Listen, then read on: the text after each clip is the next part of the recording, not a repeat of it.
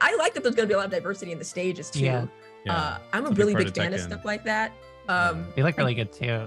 They're very pretty. They're gorgeous. The I colors. mean, Tekken just looks amazing. Yeah. Always. Very Like game. every iteration of Tekken for its time has looked amazing. Right? Yeah. Like they've never missed. That New York stage or whatever, I was like, oh, that's sick. It looks good. I got that too. I was like, that's gonna be my new stage. There's a stage that I pick in Tekken 7 all the time that the whole community knows me for now is Twilight Conflict. That's my stage. That's the cuddle stage? Nice. Yeah, they're like, it's a cuddle stage. I'm like, oh, let's go. Hello, everyone. And, it's Cuds.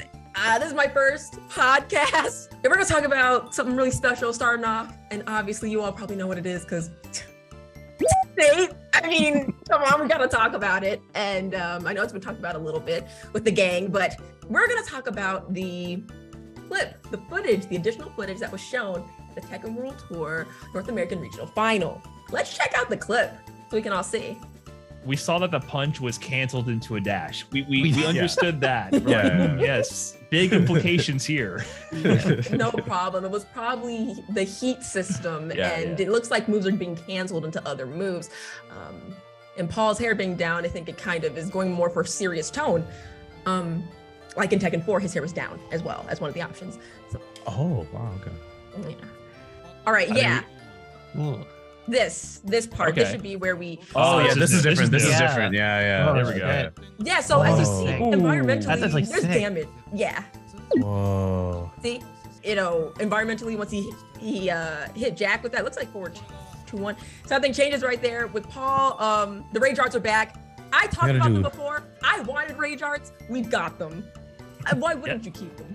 Well, it's pretty contentious, right? Like a lot of people hate on the rage arts in Tekken 7, which I don't know. I feel like it's something that you got to give up. I feel like the Tekken community is so they love the legacy gameplay and they're very adverse to change, and you kind of need that sort of conservatism to prevent the too drastic change to the series. But you got to give like an inch every game. Right? For like casual players, like it's giant super animations are cool, man. Like It's dramatic. It's explosive. Like, I'm not sure how it actually allows or what the rules are for the wall break, but this doesn't seem like it gives you quite the same extended combo as a wall break, right? The wall exploded, but do you think you're going to get a combo follow-up there? Like, what is the point of the explosion, do you think? Yes, I do believe, well, personally, I think that we will be having combo extensions from it. Obviously, it'll maybe scale because it's a lot of damage already, but I feel like in some of those situations, it's almost like I could see it being a great way to get the life lead so early on by getting that environmental damage. So maybe, you get the wall break or something happens there, and then you get like a tailspin or something, like based on what that looks like. That's what I think in my head, at least, but. Can you maybe break down how this is different from like a traditional wall break in Tekken 7? Because this seems like one specific hit activates an immediate explosion. We don't really know what's possible after, maybe a combo. What would make that different from how wall break currently works in Tekken 7? I mean, so it looks like, our environments don't really do all of this. They kind of just break, there's no explosions. There's none of that. We're not really, it looks like we can go maybe even downstairs, but I don't even know yet. But it looks like it's just probably more damage, more explosive. We just don't have that in 7, where it's just like, okay, we go downstairs, it's a balcony break, right? Or we go into another part of the stage, but it doesn't look this explosive. That's one of the biggest things. And it looks like maybe our moves might be a little different to activate that. Because King, it looks like maybe it's forward 2-1. But I guess because, he's hitting that wall, it activates something completely different. So it just feels like. How do you activate a wall break currently in Tekken 7? What are the rules for that? Is it by number of hits? Is it like a specific move? Yeah. Oh no! Like if it's a wall splat move, it will break the. It will break the wall. Understood. So you say you did like a part of a combo. Okay, the opponent's now at the wall. All right, you've already did the juggle. Okay, so now it breaks the wall. Okay. So I'm wondering if the trigger will be different in the wall explosion versus the wall break, because wall breaks they seem a little similar, but they do have the added change of you go to a new section of the stage, which can have different spacing, different stage setup. Yes, that can affect the matchup, and you also get a fat ass combo. I mean, I've seen wall break combos that they wall break multiple times. They just keep going and going and going. So what they showed there, it seemed very mild actually. It's cool because there's an explosion, so it's having dynamic environments. I'm wondering if that's supposed to be a nerf to wall break. That's what I'm getting at here. Do you think they got rid of wall break in the way it is in Tekken 7 because it was too much, and instead they did wall explosion, so you still have dynamic environments, but it's not as like, you know, you're getting your ass beat and then wall break and then you're getting your ass beat more. I'm wondering if they try to like reel that in a little bit. What do you think? That's a great point / question, because I think that could be possibly what's going to happen. Right. It's the replacement, that environmental like breaking of the walls and floors and all that. That could be the replacement for the wall breaks. It really could be, because as you pointed out, a lot of the time what happens is, depending on how good the characters' combos are, we're getting carried wall to wall. We're losing hella health. That could be the replacement. I think you're onto something. I'm wondering if they're trying to tone that down, because how do people feel about wall break right now in Tekken 7? Because usually when I see, as an outsider looking in, you know, I watch the big tournaments here and there, and I see Tekken Twitter. Usually when I see wall break, it's from a clip of someone complaining about a character, like Geese. I'm looking at Geese combo, wall to wall. and people are like, look at this bullshit. Geese is doing it again, and he's going wall to wall to wall to wall, and I'm like, it doesn't end, man. So I'm wondering, do people like the mechanic in Tekken 7 or not?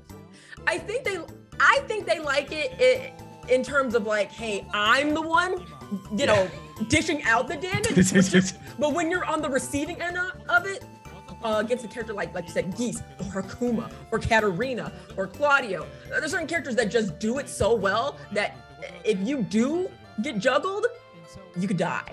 Right. Especially with 2Ds. Yeah. I always think like when you guys initially brought that up, the first like wall break stage I thought of was the Geese stage, because I've seen so many highlight wall clips. breaks? Like there's like 30. Yeah, like there's like what? There's like and then 2 wall breaks and then that's so downstairs. We barely ever get to, by the way, y'all. We barely ever get downstairs because we still got like 3 walls to break. It's because they die before they reach it, right? Yeah, probably. The combo already killed them before they can break downstairs. Literally what happens. So I thought the same thing. Like as soon as I saw this, I was like, oh, it's probably, it looks like they would be able to go downstairs just from what I know of Tekken. I mean, obviously I'm no pro, but that just looks like maybe a little more of a, maybe a little more like, you know, a little more tamed, because I definitely do remember like there were some really crazy. There's also that what's that one stage like King players love? That's like 3 levels. And you just keep going down. Forgotten Realm. I always say Forbidden or Forgotten. I think he's just slamming you through the floor over and over, just over and over again. Break the floor. His, one of his I learned this with one of my training partners. There's certain characters, especially the grappler characters, and they always pick that stage. The players do, because you know it's damage, Oki, and you know you're going down additional floors, but also the fact that like when King does his like wall combo, if you guess wrong between like 2 of the throws that he has after he like juggles you at the wall, if he does like the headbutt into between your legs, then you break another floor. So you're putting a 50-50 and guessing again. So and then the floor's breaking. So that's interesting. Yeah, that's definitely a thing. Is it random stage like for tournament rule set, like when you go into the match, like you just random a stage, right? Or is it always random stage, or do you counter pick ever? Yeah, so random stage happens when it's 0-0.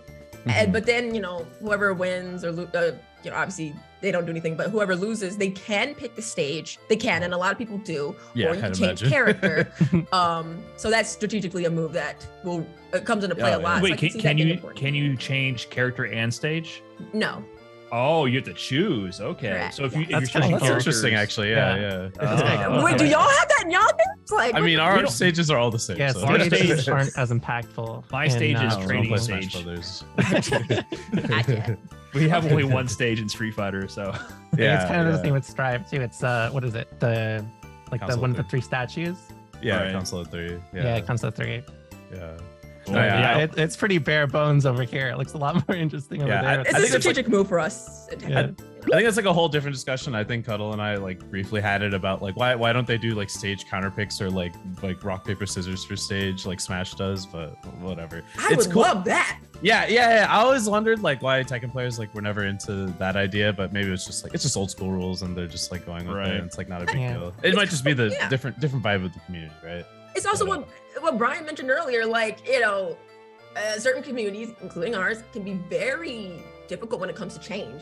And if it's the way it's been, why we want to change it now kind of thing. And yeah, sure. That's the way it's been. But to bring in newer players, sometimes it's nice to add new. I think there would be a cool drama, right? That'd be fun. Yeah. The random does add drama, but there's also potential for a lot of like lame duck stage picks where they're neutral, no one cares. But if it's like a real, like true, like this character really favors the stage versus the other character, the rock, paper, scissors adds some drama right away. Yeah. You know, like beneath going for player 2 side. What side? Yeah. You know, there's already a drama, a mini game before the game begins. So that's always fun. I remember one year for Tekken World Tour, Mr. Naps, Jimmy Tran, like he kept getting this one stage on the random at the beginning that was really good for his character. And like people were like, is he? Because like it's just like the stages like randomly changing. Because that's the Brian stage. The helipad. Yeah, I think it was the Brian. I think it was that stage or something else. But yeah, like he just kept getting it. And everyone's like, wait a minute, is he just like eyeing the random select and picking the stage? Like, yeah, this is suspicious. Yeah, I wonder if you can actually time it, or if that visual is just it's irrelevant to the stage select, you know, or maybe he's seeing the frame. No, I mean it is. I wouldn't be surprised because I mean, I think someone said the visual is not irrelevant. It's like actually like just going really fast. Oh, then you gotta. Yeah, it's a random. It's really like random. Like it's literally rotating through all of them at a super fast speed. Yeah. So that's why people were suspicious of it. Like, is he just selecting the stage every single time? Yeah. You gotta take him to like a ticket arcade for one of those machines where you stack the block, and if he wins every time, you're like, I knew it. This guy is broken. Or just ask like, okay, please put a blindfold on. I don't trust you. He'll still just bring select. I love the idea of someone training voting. I gotta click this button right here, right then. I got I got like 1 frame window. The 1 frame link to get your stage.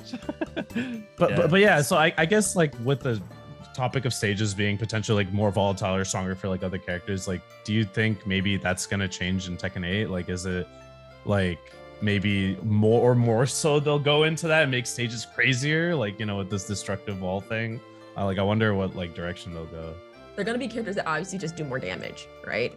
That's just the way it is. But I think this helps. Everybody kind of gets a chance to strategically kind of like get the life lead with something like this. And I like that. I think it will help, especially with characters who might not have as much explosive damage compared to certain other characters. So I think it'll balance itself out. I think the characters who do a lot of damage will still kind of be more, but I think it'll help in terms of the characters who don't do the same amount. Yeah, for sure. I mean, I assume the character balance is in mind with the stages that are around too, so I'm sure that'll all be like accounted for. Some are open too. They're just open. Yeah, it looked like that Mortal Kombat one. Then y'all saw the one that was super open, like the you know. I like that there's gonna be a lot of diversity in the stages too. Yeah. I'm a really big fan of stuff like that. They look really good too. They're very pretty. They're gorgeous. The colors. Tekken just looks amazing. Yeah. Always. Like every iteration of Tekken for its time has looked amazing. Right? Yeah. Like they've never missed. That New York stage or whatever, I was like, oh, that's sick. It looks good. I like that too. I was like, that's gonna be my new stage.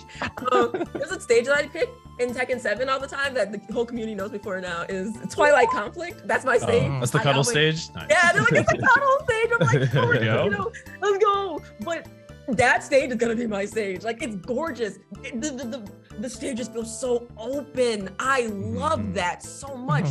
I love what they're doing right now. It's kind of giving me these kind of, it's newer Tekken, but some of the like older vibe with the environments, like Tekken 4 was environments and stuff too. Do you think the stages are actually, so far with what they showed, are larger? And I'm leading that into, do you think they're larger because of heat system, right? Like, think about this. Okay, make the stages a little bit bigger so you have more room to move, because when people get in range, heat systems in play, people can get in if you're not good with your movement, and then they can immediately approach FADC for Street Fighter people, heat cancel, whatever you want to call it, in and force a mix. But if the stages are a bit larger on average, you have more ways to avoid that to begin with. So I wonder if that's kind of part of the design philosophy too.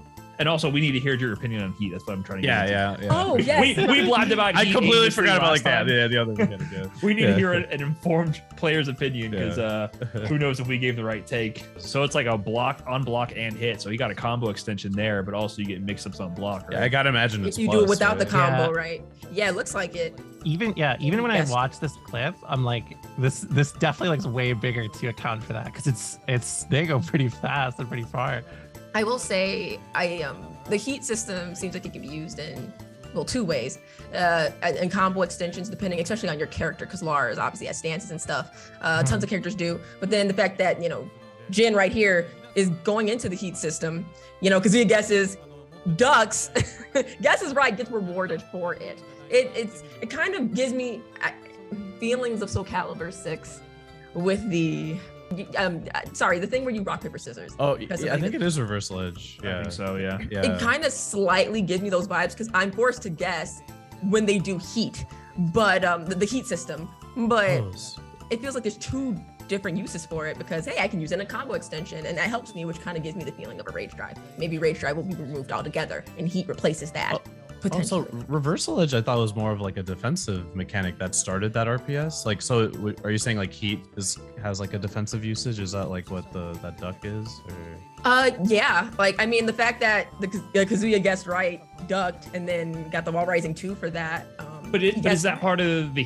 Correct me if I'm wrong. Is that part of the heat system, or did they just go for a mix-up after the heat and he punished? He just happened to duck it. Yeah. See, I thought that he was going for a mix-up and got ducked and punished. That's why I said it kind of reminds me of it. Right, but the heat itself just gave him the opportunity for a mix-up. Then he went for something a little unsafe, right after. Yeah, that's what it looks like. That's to not me. really tied to heat. So the heat system to me, correct me if I'm wrong, you do the move, you heat cancel it, and then you can just do the rest of your normal move set. So the gameplay resumes, but you just had plus frames from the heat cancel to apply your mix.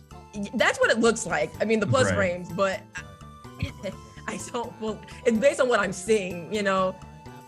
I don't really. It's still so new. I'm not fully sure. Right, and like he stays on fire for a while. Like in the is that Jin versus Kazuya? Yes. He's like on fire for a while after the cancel. So I'm wondering like how long you're in heat and what does that change? And that was a wild phrase I just said. But anyways, the meter probably would. If there's a meter or sorry, not me. I wonder if maybe there will be a meter or a bar, or if it will be like Tekken 7 where we have our health bar, and then when we get to a certain amount of health, it glows red. So you have one chance to use heat per round. That's what I would wonder. It feels like it's going to replace Rage Drive, and I love me a Rage Drive, bro. I love me a Rage Drive, but I'm okay with this. It looked like it feels like some of the moves, like the properties of certain moves, are going to change in this one. Right. Because I saw Jin do, I think it was like 1+2, like it's like his 14, like maybe it's 14 frame, I think. And then now it's a heat activator. Yeah, because in that you can see it clearly in the Jin versus Kazuya clip, because he activates this heat mode and then he has these purple flames on him. So he still does his heat cancel here, but he still then remains with the purple flame. So it's not like the heat cancel killed his heat mode, right? So he was still in heat, but in the clip with Lars, he does a heat cancel also, then he leaves heat mode. You can see the flames dissipate. So I wonder if there's like while you're in the heat mode, if you can have enhanced moves and also have a couple of heat cancels available, because it looks like you definitely have some kind of property like an install going on. Because why else would you stay on fire that entire time, right? And also you can clearly see with Lars, he used heat cancel and exited heat mode. Right, he used it for a combo extension, then continued it, compared to the one with the Jin clip where he literally does a move, goes into heat system mode, forces Kazuya to guess, right? And but then he dashes after it. So yeah, it kind of goes back to what we were talking about with it being like potentially like maybe more than one use of it. It's like almost like you're getting forced into a mix in the Jin clip. I guess we'll just see if it's just connected to like it being a comeback mechanic. Right? Like it's gonna be. Trust me, it's gonna be. Sure. Oh, yeah? Like I can tell. Why good else? old rage. Come on, like why else would it do all that? Well, I mean, I think beneath it, you're saying like how the meter is built, right? Yeah, so, there's. like, I doubt they'll add like a because that seems pretty not Tekken, right? Like having a new meter for heat, like building up heat like a traditional, right, like a super meter, right? So if you I just doubt that would happen. Yeah. Heat could either be like a super or a V trigger. V trigger you get by getting beat up, so you get it at the end of every round if you're losing no matter what. Yeah. Whereas super you have to build over time, and you build it by being offensive as well. So a comeback mechanic would be defined by how you get access to it. Do you get access to it because your life is low, or do you get access to it by building the resource by being offensive? And that's the question. That kind of defines if it's a comeback mechanic versus I built my resource. Because rage arts in my mind has always been a comeback mechanic. And rage drive also a comeback mechanic because your health is that low, right? Exactly. Like, I think it's a good point that you are making. It could easily be more of a resource while we still have rage as well, because obviously we do, because rage arts exist. So right. Or maybe you get one heat activation per round, right? Like, so like that the rage drive. That to me, well, rage drive, you still have to get below a certain amount of health to have access to it. So I'm saying rather than making it something that comes below a certain amount of health, you just have it at round start and you can use it whenever you want. But it's up to you to use it or not. Because I feel like we're kind of entering the end of the era of the pure comeback mechanic tied to some kind of meter like that. Because Street Fighter 6, for example, they, instead of doing like a V-trigger type system or comeback, they just said, hey, man, you have all the meter round start, do whatever you want, right? If you burn it, that's up to you, and there's consequences to that, but go ahead and use it. So I wonder if Tekken's going to take that approach too. Yeah, we have this super offensive mechanic that, everyone's like, panicking, oh no. But hey, you have it right from the beginning. It's up to you to choose when to use it. You're not going to get rewarded for losing. Instead, you're going to have it right at the beginning. So instead of having instead of having rage, maybe you have rage art. So you do have this super to dump when you're low in health, but instead of also giving you the heat system at the end, just give it to you up front. So you're not like doubly rewarded for losing. Like right now in Tekken 7, you're doubly rewarded for losing because you have both access to rage art and just rage in general, right? Very true. So and damage, by the way, because rage gives you extra damage. Right. So I wonder if they're going to get rid of that, give you the offensive capabilities up front to use whenever, and then just leave the only like real comeback mechanic only as rage art. That is not a bad speculation. That makes a lot of sense. Having the resource of the heat system from the jump would change. Listen, we're all going in heat for Tekken 8. That's it. We're all going in heat. We're all going in heat. Match start, Death Fist, heat cancel. Match start at the beginning. Let's do it. But that would change so much. I like that. Having that resource from the beginning, I think could really balance out the cast, because we had that problem in 7, where some characters were just really given a lot of great stuff on release, and we just had to deal with the pain and torture of their mechanics for a very long time, or like a certain amount of time until they nerfed it like next patch. Something like the heat system, where we have access to it every single round, and it's up to us to determine how we use it, and we don't have to be low in health to activate it.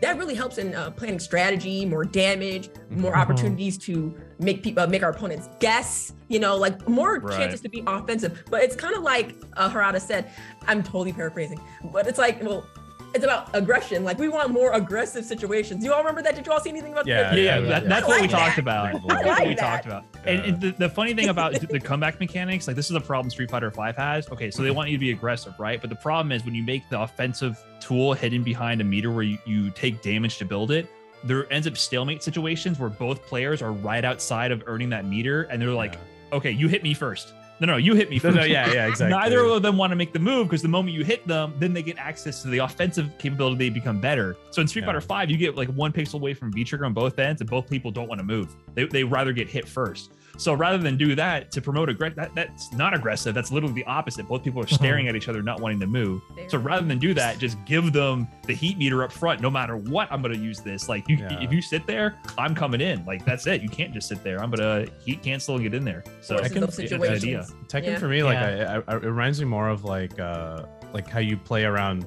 Persona's like awakening mechanic, where it's also it's like low health. So like when you do your combo, you're like, okay, will this put them in awakening or rage in this case? Like, I'm sure that's like that's the decision. You're trying to not do too much damage to put them into rage, right? But like, so the next hit will kill them and they don't have access to rage. I'm sure that's like a decision you guys make in Tekken as well.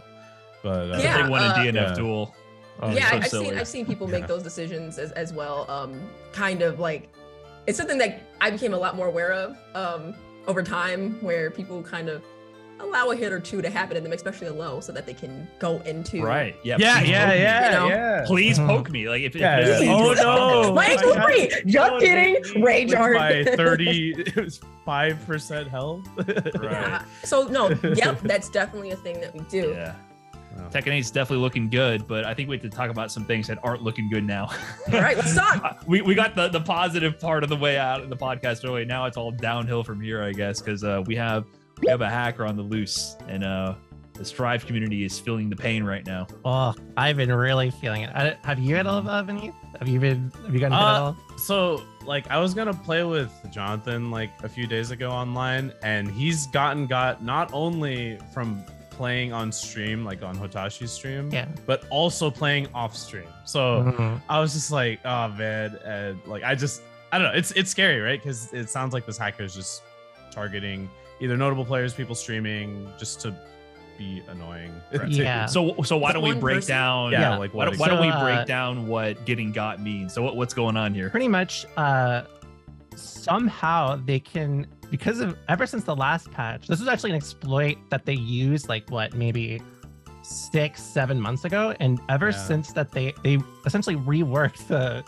R code system, I think, to make it easier to like log in or something, and it's made it so they have this exploit again where they can either crash your game. Like what they do is before they could change your name and make the game crash, because like in game your name's still the old one, but now it has to pick up the fact that you have this new name, and it's not really prepared to do that, crash it, right? Now it's more like they can slow your game down to a crawl and just pretty much either make it unplayable or just crash on its own. They can also like make you say things that you do not say, which anytime there's something like that, it's a pretty big problem. So like using the in-game chat system, you're saying, chat. so they can impersonate you and then chat as you, but it's not you. Yeah, it's not you. It's the malicious actor taking over your account, basically. There's multiple people doing this. Pardon me? Is there multiple people? So from what we heard, it's like one guy, right? I don't even really know. Like I don't know. I heard it's like one guy somewhere in Europe. Like that's like the extent I know. It's like people are doing some detective work. They're like, okay, it's sleep at this time. He goes after these people. Or like it's just like that Charlie Day meme of like all the, like we don't know, right? There's a malicious actor or actors that is going around and using this exploit to basically just screw with people in the Strive community, and especially people who are targeted are like prominent streamers, right? Because you have an audience, so they'll try to target whoever is live and streaming at that time to make a big show of it, to crash their game or make it slow down or mess with them. And they're just being a big jerk. And it's really bad because like of course it's all based on your R code, which is all in-game stuff, and ArcSys has made it so you can follow people through your R code and things like that. So like once they get you, they could just keep getting you over and over again. And there's even like some other stuff where I know there have been players who go on alt accounts off stream and they've still gotten hit.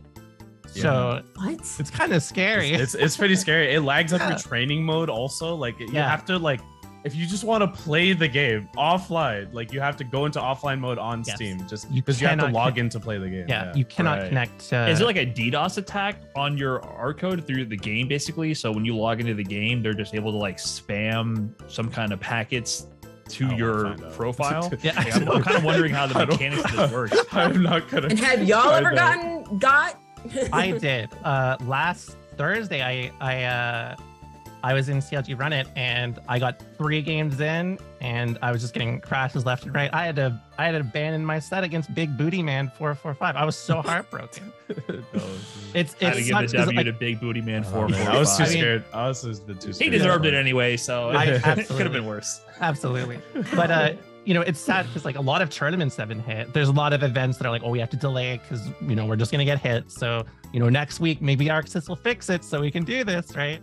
And I mean that's a terrible position for the game to be in, where it's like I hope make us play. So no, it brings the whole thing to a crawl. I mean, this is why security in online games is absolutely like number one priority. If you're going to put a game online, it needs to be secure and not have exploits that brings users into harm or messes with the gameplay experience. And the entire FGC ecosystem is 100% online right now. So if you can't play online, you can't play the game. Tournaments stop. It can actually just kill. It cuts off the bloodline of the community. Yeah, at its core.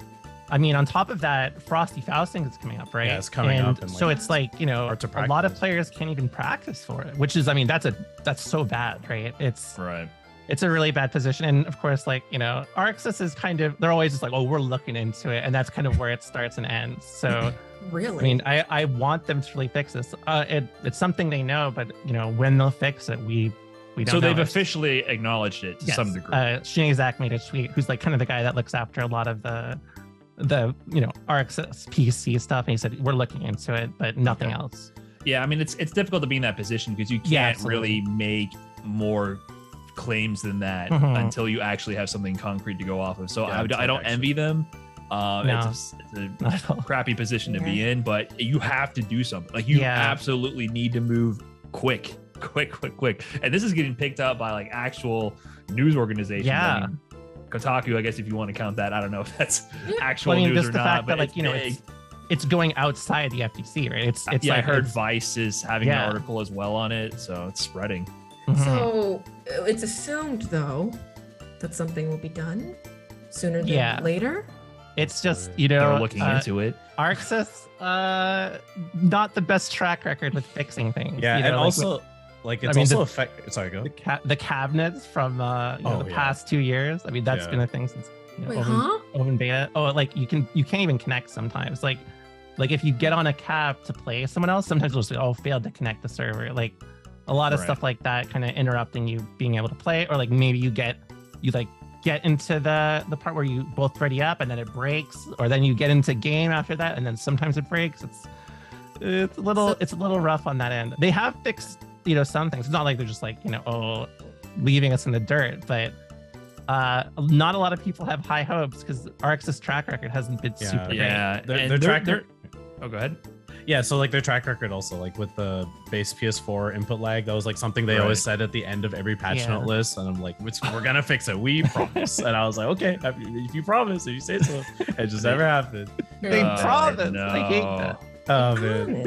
Yeah. So I was gonna say for Strive, the product quality, I feel like Strive got the net code, but wasn't that totally outsourced to like other developers outside the traditional Strive team? Because it seems like anything with the core product quality, like Strive is not a great online game in my opinion. The net code is good, but in terms of overall online functionality experience, ranked lobbies, I don't think it's good. It's not like a great product outside of the sphere of FGC. Like our standards are much lower, much like in the dirt. It's kind of sad how low our standards are for fighting game products.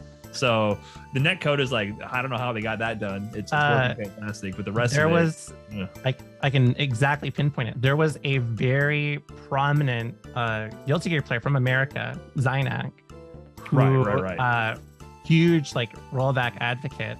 He ended up working for Arxis and was, I think, a big contributor to why they ended up even having it. Like, I think he was really pushing for it. And I mean, he had done, I think, rollback on like his own kind of like indie game, which was, you know, very well done. So I think a lot of it is due to Zynak. So, yeah, you know, it's I think not so even too. Even on the open or the closed beta test, the very first one that they did, I think it was in like April 2020. That was on delay-based netcode. That wasn't even on rollback. So we almost even got a delay-based Strive. Imagine how that would have been. Oh, yeah, they somehow saved it by hanging out to Zynak. I remember he was the guy working for. I follow him and he does a lot of talks on rollback, which is always very interesting. But yeah, just that gives the picture, right? It's not like Arxis, the core team, the core developers are the ones that handle the online functionality and make it good, or like you having good rollback is not due to the main developers working day to day. I don't think Zynak works for Arxis anymore. I think he was just a part of that project and moved on. So him on for it. He seems like the guy who is like getting the job done and, you know, made Strive rollback what it is. So whoever handled the R code system, that's Arxis, and I think that's more reflective of the quality that they have right now. Because you can't imagine this happening to any other game. Like imagine this happening. You really can't. Imagine this happening to League of Legends, a Dota, a No, we're never hearing anything like that. Yeah. No, this is just our developers. They're just not up to par, man. They just really aren't. The last time I ever heard anything similar to this was literally it was 12 years ago, which was when League was like really in its infancy. That was the only time I've ever heard anything similar. Someone like hacked into like the League servers and like set like a pro player's rank to like 0 ranking, and they had to go from 0 ranking to like 2000 where they were before. And that was it. And it never happened again, of course. So that actually matters in League. Fast. Yeah. In fighting games, it doesn't matter, but in League, that's like your life's work. Yeah. It's just so unfortunate though, because online tournaments for people who just like, maybe not even going to Frosty Fest, and they're just like, oh, I really like the game. I just want to kind of see how well I'm improving. I want to enter, this tournament, that tournament. And it just because some other player is in it, you could end up not even being able to get to play it, right? Right. So it really sucks. I really want them to fix it soon. Same. Like at first I was just like, oh, he changed my name to Butts McGee. Haha. Yeah. This clearly this can't get any worse than this. And then now it's just like it lags your game up. But yeah, it's also like affecting other games too. Like I've heard it affect DNF, I think. And yeah, DBFZ I heard as well. they can do the same thing in DNF. So I'm like, oh no. It's hitting DBFZ too? Yeah. 2D games? What? Yeah, I guess it's probably something with how they do their like their I mean, Arxis is the one similarity. All these games, the common thread. So that's why, because they're Arxis games. Yeah. Right. Okay. I mean, it's probably some old code written by some guy like 20 years ago that they've been reusing. Oh, definitely. They've been slapping some spaghetti code on top of it. Like, how do you add a friend in our games? And that's what they've been reusing. So, knowing Arxis, that is 110% what they did. I don't have much hope for Arxis stuff like that. I'd say they're a little out of touch and stuff like that. Though they've gotten a little better, but in some other ways, like how like this, for example, it's been rough. Or there's been just so many things that they fumbled. I mean, even before like the fact that this was already an exploit that was dealt with and it's back is like it's kind of doesn't give me much hope for these fixes in the future as well, honestly. Oh, so they patched this previously, but they found another workaround. It's a cat and mouse game. Okay. Yeah. Well, that probably just gives the hacker like more of a thrill, you know what I'm saying? Like, it probably motivates them more. Like, can I get past them again? Yeah. I do have a question about that. So why is it hard for them to detect who the hacker is? Just because I don't know anything on this is computer stuff, man. Yeah, I work with computers and I don't know. That's beyond me. I'm just like, I'm crashing. Yeah. That's like the only thing I've heard is he's like in Eastern Europe because of time zones and like just his like pattern of people he's been getting. So based on the communities, or he's a gamer and sleeps all day and hacks all that's night. True. You know? Like, I'm like, he was targeting European streamers at the beginning. That's why. Yeah, there's one guy that really gets his ire. To say like every comment is like any time that this dude pretty much like makes someone else say something, it's always about this one guy. So he did it to Dogger too, even on on like his stream. He was like, what the hell is going on?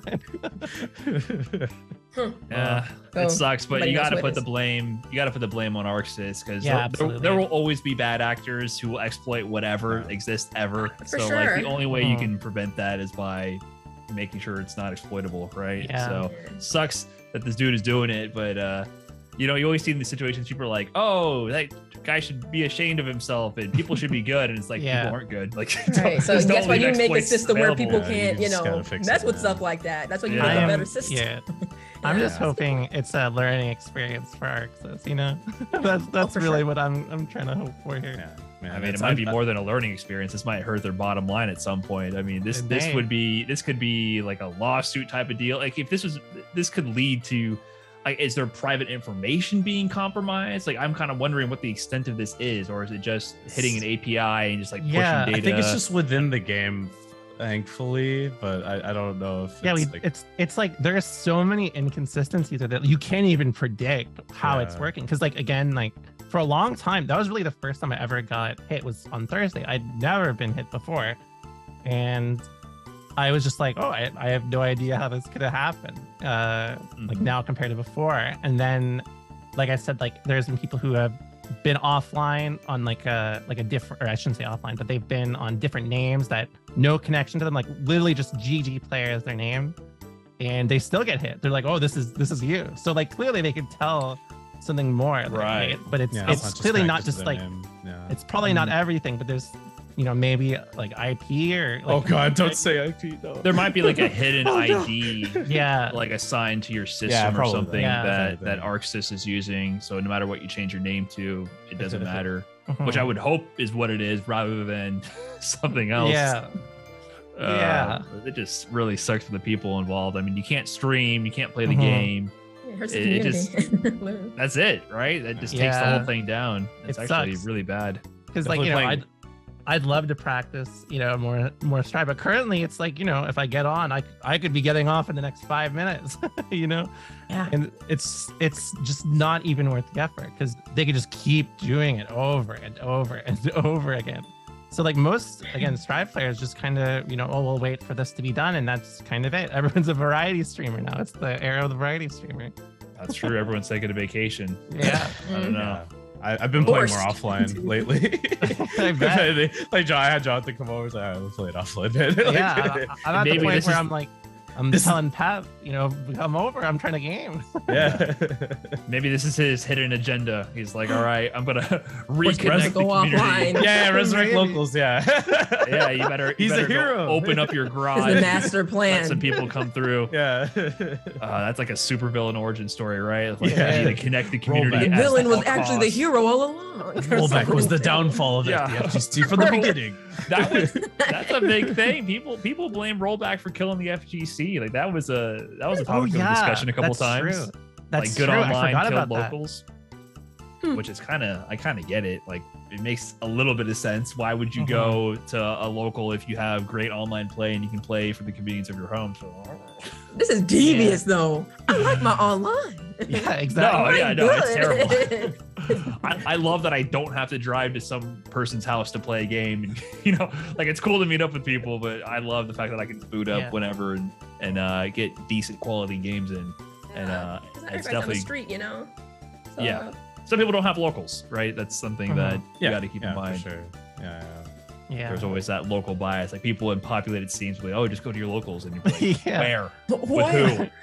Yeah. I mean, when I first picked up Exert, I was like, oh, where's my nearest local? And of course it was like all the way in Toronto, which is about 4 hours from where I lived. Just go. Yeah, just that was all there. Well, you can say, because it was like delay based too, and it was not good delay based either. So no, delay based brought the community together. I believe this guy's agenda more and more, right? When there was delay based Street Fighter 4, you literally could not play the game online. Like it was a different world, so you would have to find people to play. And I remember, when I was in college, I would drive all over Florida looking for the weekend tournaments, the weekend meetups, whatever. So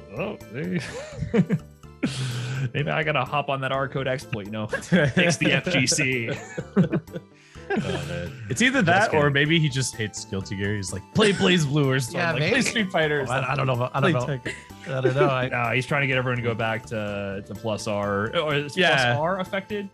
I don't think anyone's said yet. No, I don't know if maybe like it's an ArcSys game, right? Maybe the exploit exists for it, but he's leaving that one alone. Oh man! Oh, we gotta trace the steps. Yeah. He's trying to correct the timeline to his warped vision of how the FGC should have been. Yeah, maybe it just sucks though, because it's really cutting into like people's ability to improve. It really, like if you don't have immediate locals around you, it's just like, oh, I hope it works, and that's really all you can do. And I mean, that's the worst position to be in. Well, they need to find a resolution soon. Speaking of sucks, on to the next crappy topic here. I'm sure a lot of people listening to this probably heard of the fallout with Arturo Sanchez, aka NYC Furby from the Street Fighter and just greater FGC community, who had been a big proponent of this crowdfunding platform Matcherino for a long time, which has been used successfully in a lot of events over the years. And Matcherino basically allows people to contribute to prize pools for tournaments. So as the tournament is running, if viewers are inclined to, they can donate to the prize pool. And also there's other ways to raise funds within the platform by doing things like sponsor quests, where you basically follow social media accounts through the platform, and it'll add like 10 cents, 50 cents to the prize pool. And it's been very successful, especially over like the online COVID era, because there's been so many online tournaments, and that people stream the tournaments, keeps the viewers engaged, gets the players to play, and then people donate to the prize pool. The tournaments sometimes are mostly free to enter. It incentivizes players to keep playing, gets people entertained. So people are kind of like, as it's kind of pay what you want as you go for the entertainment you get. And it's been, I would argue, a big good. And Arturo was a big proponent of that. But then it came to light recently that he may have been skimming some off the top of those prize pools, where he was an admin for those tournaments for a while now.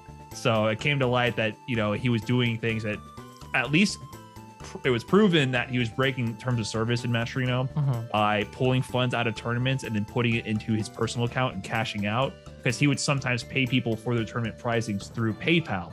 And the question is, why would you do that? You pay 100% through the platform. You should never pull money out that's not yours. That's breaking the terms of service.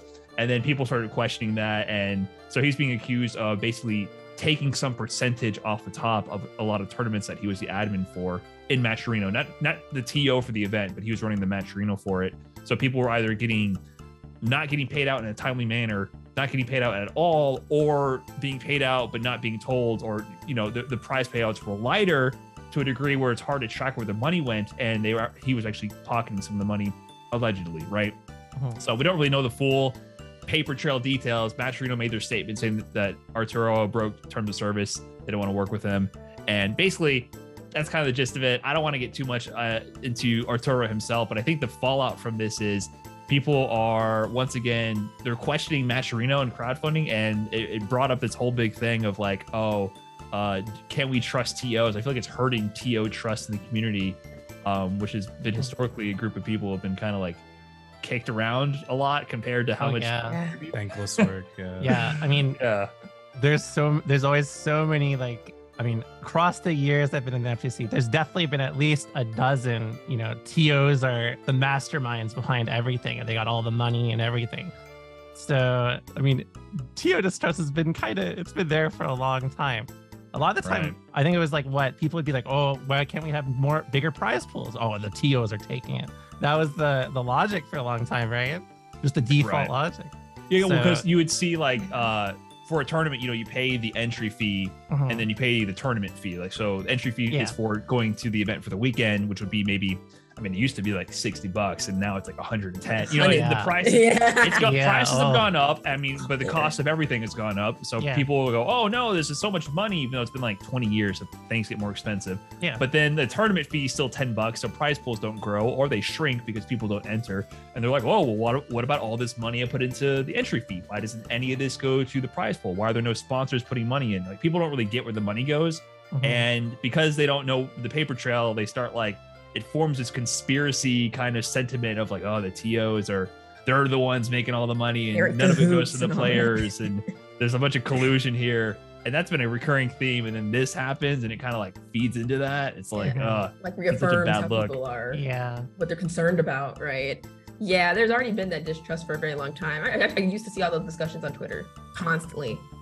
And it really gives them a bad reputation, because, you know, there's a lot of TOs that do a really good job, and like what was discussed earlier, they do, like, you know, they're getting kicked around for years, but they still connect and still work hard for the community. Then for this to happen, everybody's like, see, we told y'all it's wrong, you know. People are the conspiracy theorists, and it's like, well, it doesn't work like that. So there's a lot of things going on that's hurting the community. This, you know, then talking about the hacker, like, there's just a lot of things that are kind of shaking it up, I feel.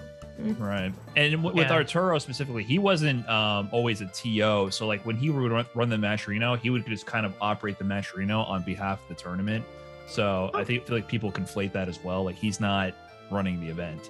So, but that makes people distrust Matcherino, which sucks, because I feel like Matcherino has been a huge asset in getting people paid, right? Like, people started making actual money sitting at home playing tournaments, and it's kind of like busking to a degree, right? Like, hey, we're all entertaining you. If you're entertained, give us money to support the entertainers, right? But that gave people a way to make money. If you consistently won a lot of these tournaments, I mean, these Matcherinos for like NLBC, especially when NLBC was at its height, there'd be over like $1,000, $2,000 in some of these Matcherinos. And if you get first, that's like $500, $600. You know, you're pocketing good money. And these are for weeklies. So even I made a decent amount of money in 2020, 2021, not even winning tournaments, just like doing okay here consistently. Like my Matcherino account was collecting money, which then I would just donate to other Matcherinos without cashing out. But like, I was initially very skeptical of Matcherino before I had participated in it as a player. Cause I was like, where's the money coming from? Right? Like, what is this?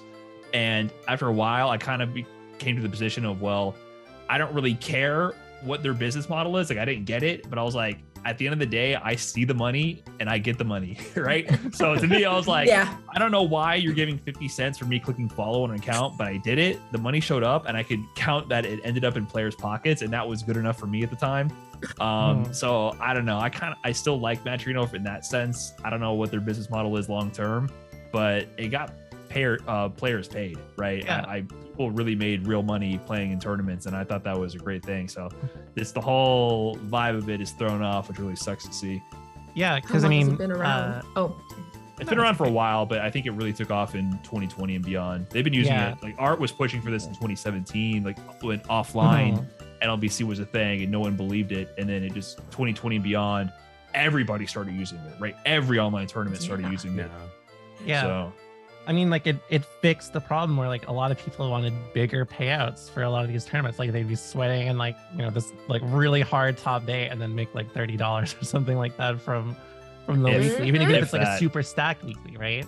So I mean, I love it for that. I never thought too much beyond that as well, because it's like, you know, I'm happy that it you know works for people and it gave people what they wanted. So I feel pretty much the same. But it is sad that it's so chaotic now. Like it's turned into such a mess where it's like, oh, like, do we really want to use it? Like, or are we gonna keep using it or not? Like that sort of thing, right? Right. Well, how do you guys feel about the concept itself of crowdfunding? Right, like forget the platform.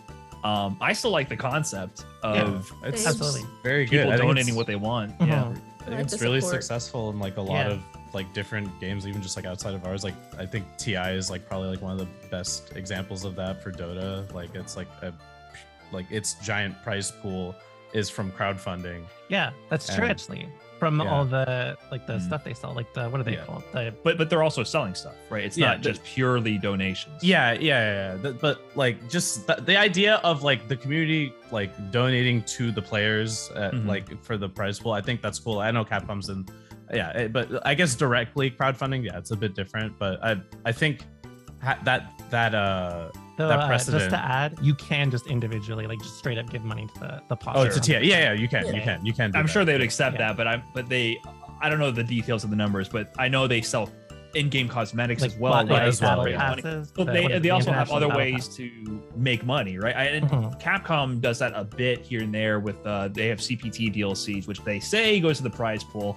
I mean, like, once again, like there's no paper trail. What am I supposed to know? they never released like we raised. They might have done that at some point actually. Gave the number of how much money they raised for the DLC. So I don't want to say they never did that. But it's not like a big, they don't advertise it super heavily, I would say. But that reserves it for the top level. Like literally you're shrinking the pool of players who can get that. It's not for the weeklies, it's not for the locals. So that money does not incentivize people to play in a weekly, which I think is a uniquely FGC concept. Yeah, for sure. Matcherino definitely, I think, is different in that sense, right? Like it's crowdfunding for just any tournament that you slap it on, right? And I think I think that is like really cool, and I don't want to like lose that. Yeah, there's obviously there's always going to be bad actors, I think, when it comes to TOs, but like losing the faith in like just all TOs and like, do they deserve our venue fee and our money? Like I think that's just, I don't know, being that, like I get being skeptical, but I think doing that is not good for like growth long term. Like you gotta like kind of like understand like where the TOs are also coming from. Like it's a lot of thankless work. They're putting a lot of effort in. Like I've heard a lot of times people are like, oh, the venue fee should be lower. That money should go, like that extra money should go to like the prize pool. And like honestly, like that isn't even if like maybe the prize pools went up like a tiny bit from that venue fee, that's not like the long-term, like that's not good enough for players trying to be pro long-term. Like ultimately it's like sponsors and teams and salaries. That's like what's going to keep the players like really going long-term. Like prize pools, like being a little bit bigger, that's cool. But I don't think it's like fully like it doesn't scale. It doesn't scale. So if anything, like what I'd want from tournaments is more I guess just focus on the players, like more exposure for them, maybe like interviews or something, so that they could get picked up more. Like I understand like wanting to get prize pools bigger, like that's cool. Like I'm not like against that, but it's for how much like effect that it has long term. I just don't think people are seeing like that big picture. But that's the major focus. Once again, I think we gotta differentiate local versus major, because very few majors use Matcherino. The only one that I know of was Defend the North, which was more of a regional, right? It's not, I wouldn't call it a major. Offline event, couple hundred people meeting up in a hotel ballroom, play some games. Used to be like the mid-size event was super common back in like the 2010 era, right? Like that kind of died off, and later at post 2016 that kind of died down to a big degree, and it's gone now essentially. So they used Matcherino, and that was one of the complaints, was like the winners of the tournaments didn't get paid for a long time because Arturo was handling the funds for that. So I think Matcherino, what it did was it made the weekly local, it incentivized the good players, the top level players, to consistently show up, and for the low level players to keep entering as well, because what happened is there was no longer a fee. People played for free. There was no tournament fee. There was no venue fee. There was no nothing. People, literally 100% free to play online tournaments. So if you're a beginner and you know you're going to get stomped, you can say, okay, there's no risk to enter. But then if you're a top player and you place consistent, you can go, okay, I only have something to win. Like I could potentially make money week after week, right? And then also, because the number one guy is incentivized to enter to make money, I have my shot to take it. I can take a shot at the king week after week without it costing me anything. Right? I think it created this whole ecosystem of like, we're constantly playing each other now. We constantly enter tournaments. We're constantly entertaining audiences. The streamer now has content, because now we can constantly push these tournaments. Then we have the viewers who are constantly engaged with the weekly saga. Like we have the storyline carried on. So I really feel like Matcherino and crowdfunding was a key part of that. Without that, I don't think we would have had this sort of like constant online tournament scene in the online era like we've had. I really don't think that would have been as sustained as it's been. Maybe you guys disagree. I don't know if it's been different. No, I wholeheartedly agree. Completely agree with you. Like our Tekken tournaments during the especially during the pandemic, like a lot of them used Matcherino, and it really kept the scene alive and incentivized people to, join. It was free, right? Especially like things like ICFC, and all you have to do was like this Matcherino code. You put it in the chat, and it donates 50 cents, and it would always add like something to the prize pool, along with people donating and crowdfunding that pot, or that prize pool. So I completely agree with you. Yeah, part of it was there was free for the partners. So Matcherino partners were what they restricted it to. So not every event had partner, but Matcherino partners would get codes for literally free money. If people signed up on the site, entered the code, they'd add like 50 cents, 25 cents, whatever, depending on the partner. And it would just be a free, like, here's a free $25, $50 for the prize pool off rip. And then if you had a hype tournament, people would get excited, especially some like well-known players were going at it. Like when we had a saga of like Idom versus Duckledoo versus Punk, like the Capcom Cup champions plus the number one player, like all going at it week after week. People were donating so much money because they were so entertained by that saga that the prize pools were more than some regional events. Like I said, 1,000, 2,000, like it was pretty big money. So that was huge. I mean, I made good money getting fourth at a random online tournament on a week on a random Wednesday, right? It's like that unheard of prior to the online era of Matcherino. Even for Strive, I mean, I remember there were so many tournaments during like the release, because of course like it was mid-pandemic, so that was really all we had. And so as a result, there was like there could be like, I remember Punk won like at 4 tournaments in one night, and of course they all had Matcherino. So I was like, damn, he's really rolling in it. I think just stuff like that is really cool. Like how many locals and events would just have it. Like I maybe only entered 2 or 3 events from in like the release year of Strive, and I remember thinking, after I got paid out, I think it was from Big Levo too, I was like, oh shit, I made more money from getting second at Big Levo 2 than I did winning Exerd, Evo 2019. Wow. See, that's the soundbite we got to lead with right there. You see what I'm saying? Like, this is real money. It's a real thing. Yeah, it was actually very good. So yeah, and people talk about the prize pool issue, like that's kind of like a segue topic, and I've talked about that plenty of times on like my YouTube channel too, about like Evo prize pools, why they're so low, and what if crowdfunding was involved, etc. But like, yeah, you won more money from a random online event, not totally random, had big organizers behind it, big community events, a sporadic community event versus Evo. Yeah, exactly. Right? Wow. Like, just some like random tournament. Leffen's like, oh, this tournament is gonna be like, everyone wants to watch some Exerd, or not Exerd, Strive. Put that on, and like that's really it, right? It's just like a community. People were just hyped to watch Strive because it was new, right? Right. And so that difference, like I remember even thinking at the time, I was like, holy shit, like I was really working for that back in Evo. So I mean, I'm a big fan of it for things like that, because again, like coming from a community like Exerd, not a lot. It had a very consistent player base, but of course, like the money was never sustainable.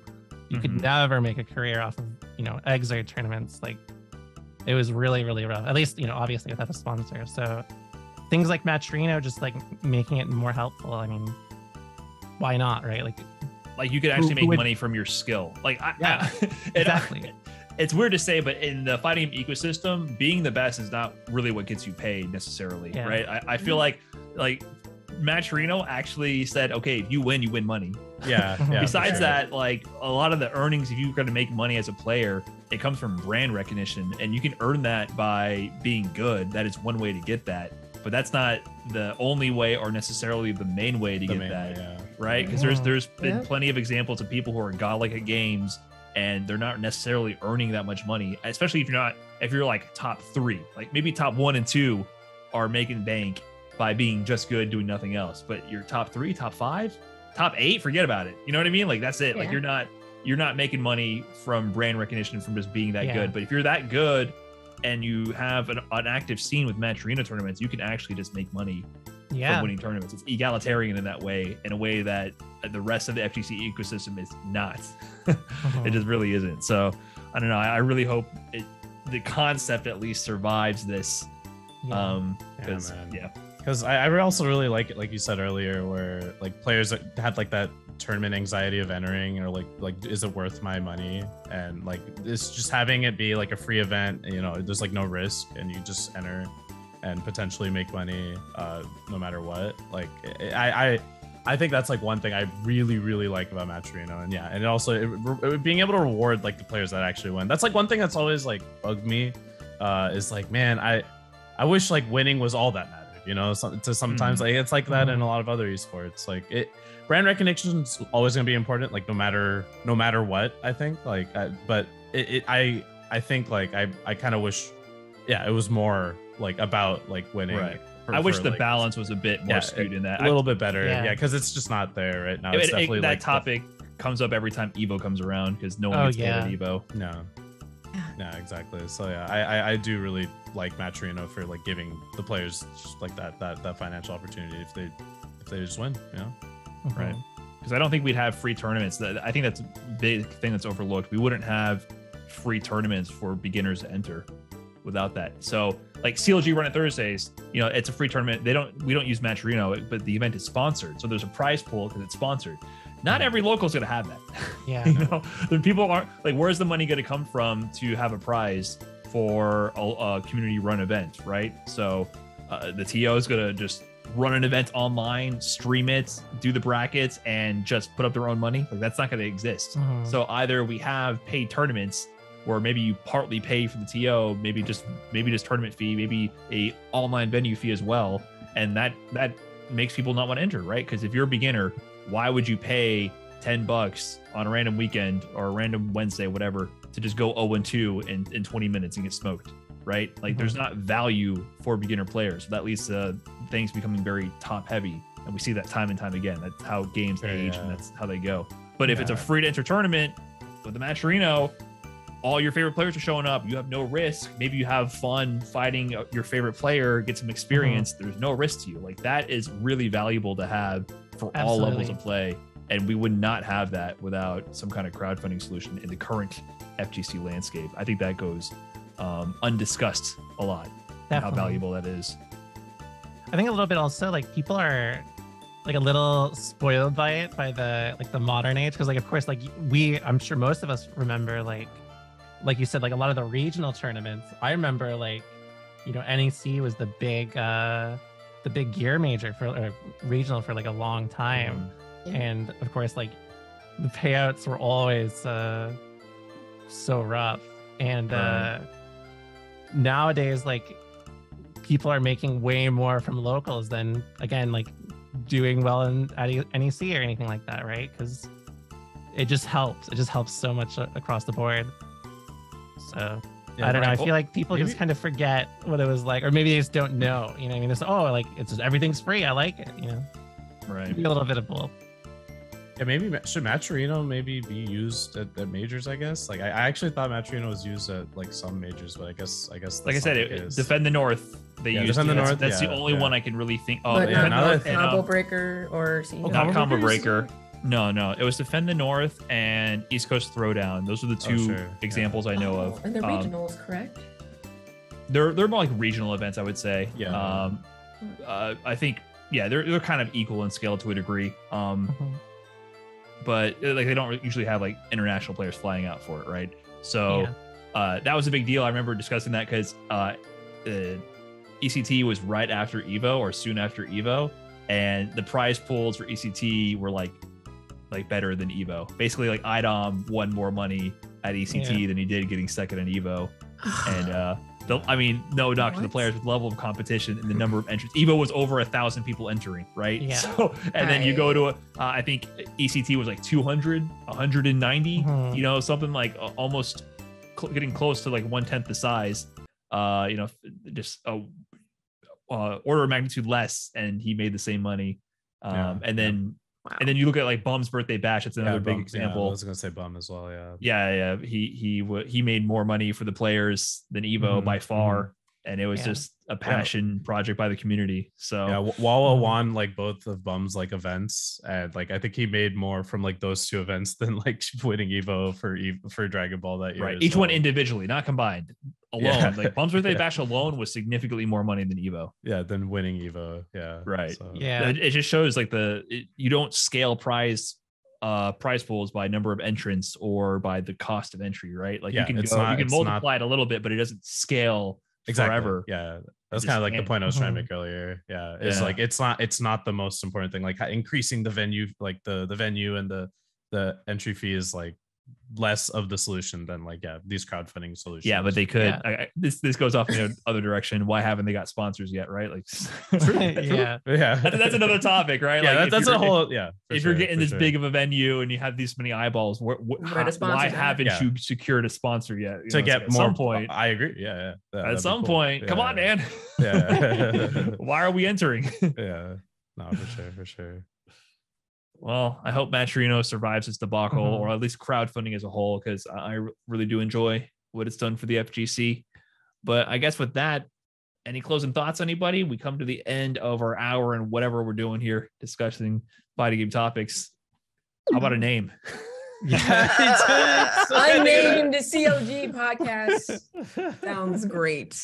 No, I mean in the chat they have some the comments, right? They have some suggestions. One suggestion was the winners bracket. There was one like that. Option selects. There's a few people are going with the fighting game terms. So I like that. There's also people suggested Counter Logic as the podcast name. We'll have to see. Counter Logic podcast. CLP? There might be competing fractions of CLG doing the podcast thing too. We might have to fight them for the podcast right name. Yeah. Oh, there was one YouTube comment that said it should be the chewing the counter apologic briny cudcast. Oh, there we go. Yeah, that's the last one, right? Yeah, it rolls right off the tongue. Banger. Perfect. We'll have to open with that next time.